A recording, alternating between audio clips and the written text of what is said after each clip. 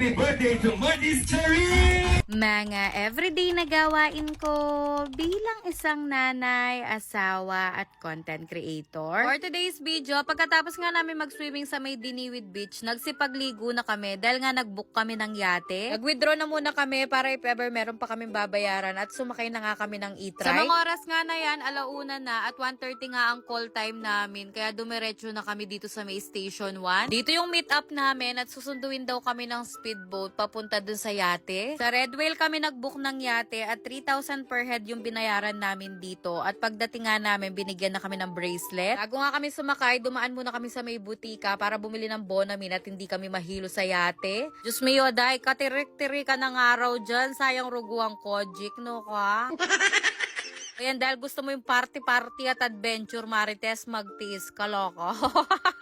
Ilang minuto nga lang ang inintay namin at sinundo na nga kami ng speedboat. At karamihan nga sa mga kasama namin, foreigner. Miyo, hindi nga ako nagsasalita dyan dahil baka magtanong sila sa akin at dumugo pa yung ilong ko. 5 minutes nga lang yung binyahin namin at nakarating na kami dito sa yate at grabe napakalaki nga nito. In fairness nga dito sa mga nagtatrabaho dito sa Red Whale, sobrang maasikaso, napaka-friendly at napakababait nila. Akala ko nga kami-kami lang na nakasakay dito sa speedboat ang magpa-party sa yate. Meron pa pala silang ibang sinundo. By number nga yung mga upuan namin dito at meron kaming ibang kasama na hindi rin namin kakilala. Pagdating nga namin dito, sinerve na yung mga snacks and drinks namin at kasama na nga yan sa binayaran namin 3,000 pesos. Bago nga mag-start ang party, tinanong na kami kung sino yung mga gustong magpa-picture. Kaya kahit katirik-tirikan ng araw, nagpunta ako dito para magpa-picture, no? Bukod nga dun sa unang snacks and drinks na sinerve sa amin, meron pa silang iba't ibang sinerve sa aming mga pang snacks na napakasasarap. May kasama nga rin tong cup noodles at unlimited nga lahat ng mga siniserve nila. Kaya pwede kang humingi hanggat hindi sumasabog yung tiyan mo. Nakailang refill nga kami dito at masasabi ko nga dito palang sulit na yung 3,000 namin. At ang kagandahan nga dito sa Red Whale, hindi Bluetooth sa YouTube yung music nila dahil meron silang sariling DJ. In fairness nga sa mga nagtatrabaho dito, Diyos mio, sobrang jolly nila at talaga namang mapapasayaw ka sa kanila. Napaka-energetic nila kaya talaga namang mapapasayaw at mapapaindak ka talaga sa kanila. At kahit mahihayin ka pa, Diyos ko, lalapitan ka talaga nila at pasasayawin at sobrang mag-e-enjoy ka talaga. At bukod nga dun sa mga unang snacks and drinks na sinerve sa amin, nag-serve din sila sa amin ng mga iba't ibang klaseng mixed fruits. Diyos mio, dito talaga kami nakarami at nakailang refill lang naman kami at sobrang busog na busog kami. Unlimited nga rin yung mga cocktail drinks nila dito at pwede kang pumili kahit anong gusto mo. Halos tinikman nga naming mag-asawa yung mga cocktail drinks nila dito dahil napakasasarap. Napanood nga namin yung mga foreigner dito at tawang-tawa nga kami sa kanila dahil pinagtripan nila yung mga crew dito. Diyos mio, tignan mo na naman, pinagbubuhat nila yung mga nagtatrabaho dito at ginawang exhibition. Ba't ibang lahi nga yung mga kasama namin dito at sumakit nga yung pangako sa kanila dahil talaga namang hype na hype yung energy nila. Hindi pa nga masyadong umiepekto yung alak sa amin dyan kaya simple-simple pa yung mga sayaw namin. At eto na nga ang chismis, unti-unti nang umepekto yung alak sa katawang lupa ko at lumabas na yung totoong pagkatao ko. Eh Diyos mio, lumabas na yung mga tinatago kong moves dito. Tawang-tawa nga yung asawa ko sa akin dyan habang binibidyoan niya ako, no?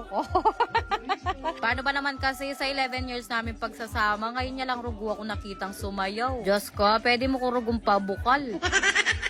Tinodo ko na nga yung mga dance move ko dyan. Total, hindi ko naman kilala tong mga kasama ko dito.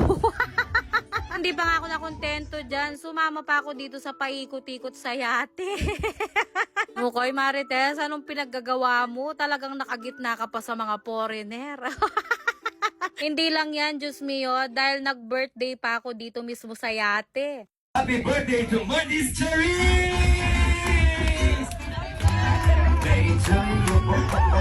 Happy birthday to you! Diyos mio, masasabi ko talagang sulit yung 3,000 ko dito kahit hindi ko birthday, nag-birthday rugo ako. Hindi pa nga ako nakontento dyan dahil ginaya ko pang mag-crystal kayak, mag-dive at mag-snorkeling yung asawa ko dito. Talagang sinulit ko, ruga. O baka may magsabi na naman dyan, hindi ka ba binabawalan ng asawa mo? Hindi ka ba nahihiya sa kanya? Ay wag kang nega dahil supportive yung asawa ko sa akin at alam ko naman yung limitasyon ko at alam ko naman yung ginagawa ko. Biyasa ka pa kanyang ke kami eh. Kasama nga rin to sa package na binayaran namin at may mga iba pang activity dito. Pero ito lang yung mga tinry namin. Paano ba naman kasi? Kasyunga-syunga ako. Hindi ko alam paano gamitin tong crystal kayak at lumagpas na rugo kami dito sa line. Nininervyos kasi ako dyan dahil baka rugo makita ko yung mga napapanood kong pating dito. May pa 360 camera nga rin sila dito at hindi ko rin yan pinalagpas. Talagang tinry ko lahat. Talaga namang hindi pa ako nagpaawat dyan kaya tingnan yung asawa ko sa likod ko. Tawang-tawa rugo sa akin. At talaga namang nakipila-pila pa ako dito sa painuman ng alak. Diyos ko. Hindi lang yan dahil nakipagbari lang pa ako sa mga foreigner dito. Ay, Diyos mio, day. Talaga namang sinulit ko yung last day ko dito sa Boracay at hindi ako nagpaawa.